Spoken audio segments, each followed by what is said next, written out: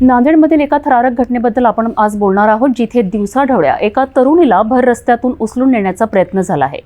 धक्कादायक बाब म्हणजे लोक फक्त बघ्याची भूमिका घेत होते, परंतु आपल्या नांदेड पोलिसांनी दाखवलेल्या तत्परतेमुळे काहीच तासातच या प्रकरणाचा छडा लावला आहे आणि तरुणीची सुटका झाली आहे।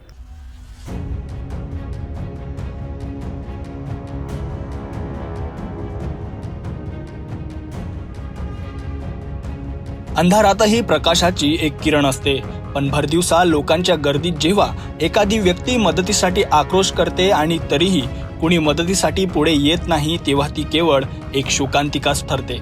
नांदेड शहरात एक व्हिडिओ वेगाने व्हायरल होत आहे, ज्याने संपूर्ण महाराष्ट्रात खळबळ उडवून दिली आहे। नांदेड रेल्वे स्थानक परिसरात भरदिवसा एका तरुणीला जबरदस्तीने दुचाकीवर बसवून घेऊन जात असल्याचं या व्हिडिओमध्ये स्पष्ट दिसत होतं। ही घटना इतकी धक्कादायक होती की अनेकांच्या मनात कायदा आणि सुव्यवस्थेबद्दल प्रश्न निर्माण झाले। विशेषतः जिथे शेकडो लोक उपस्थित होते, तिथे कोणीही मदतीसाठी पुढे न येता केवळ तमाशा पाहत राहिले। ही बाब तर अधिकच चिंताजनक आहे। ही तरुणी गेल्या 6 महिन्यांपासून नांदेड रेल्वे स्थानक परिसरात भिक्षा मागून उदरनिर्वाह करत होती।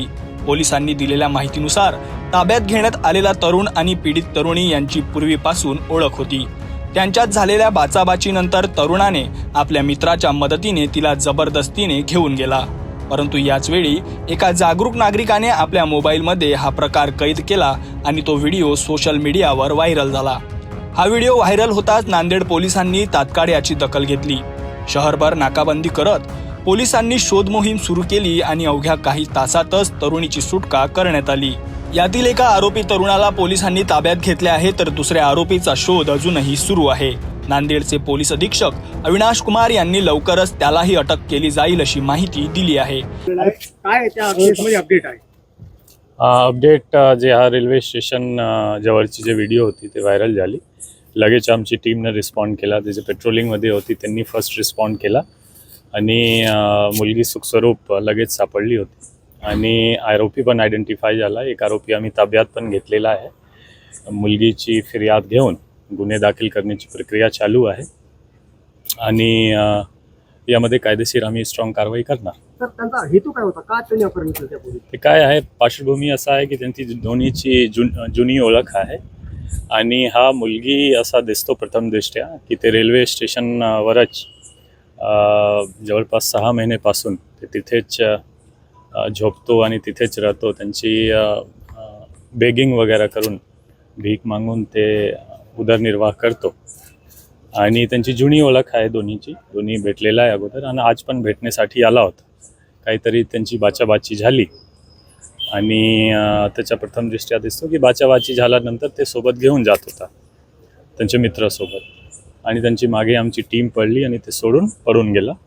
एक आरोपी आम्ही ताब्यात घेतलेला आहे, दुसरा पण आयडेंटिफाय आहे आणि यांच्यावर गुन्हे दाखल करून आपण कायदेशीर कारवाई नाही, ते लगेच सापडली मुलगी, आमची टीम होती आणि दोन्हीची जुनी ओळख आहे आणि लगेच सापडली। नाही, मुलगीची वय 19 वर्ष आहे आणि जे एक आरोपी ताब्यात आहे त्यांची जवळपास 21 असा वय आहे। त्यामध्ये मायनर दोन्हीमध्ये कोणी नाही, दोन्ही मेजर आहे। हां, तर सातत्याने असे व्हिडिओ व्हायरल होत आहेत। 24 तारखेला एका फॅमिलीला पण मारहाण करण्यात आली होती शिवाजीनगरला। त्या प्रकरणामध्ये गुन्हा दाखल आहे, पण आरोपी अटक नाहीत। काय असतं सातत्याने नाही, असा तुम्ही किती सातत्याने बघितला ते इतके महिन्यानंतर असा एक इन्सिडेंट झालेला आहे। त्यांची दोन्हीची जुनी ओळख आहे आणि लगेच तुम्हाला हा पण एप्रिशिएट केला पाहिजे की लगेच टीमनं अटक करून मुलगीला पण रेस्क्यू केलेला आहे, मुलगा पण ताब्यात घेतलेला आहे आणि आयडेंटिफाय करून दुसरा मुलगा सुद्धा ताब्यात आम्ही घेणार।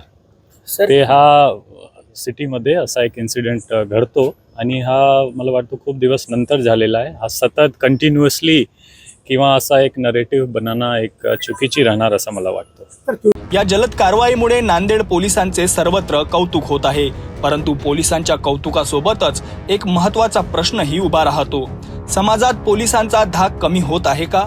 जनतेला सुरक्षिततेची हमी कशी मिळणार, यावर आत्मचिंतन करण्याची गरज आहे, जेणेकरून भविष्यात असे प्रकार रोखता येतील आणि कोणताही नागरिक पुन्हा कधी असा असहाय्यपणे मदतीची वाट पाहत राहणार नाही। नांदेड पोलिसांनी दाखवलेल्या या तत्परतेचे निश्चितच कौतुक करायला हवे आहे. त्यांनी दाखवले की पोलीस यंत्रणा सतर्क आहे, परंतु या घटनेतून समाज म्हणून आपणही काहीतरी शिकायला हवं. संकटात सापडलेल्या व्यक्तीला मदत करण्यासाठी एक पाऊल पुढे टाकण्याची हिंमत दाखवणं गरजेचं आहे.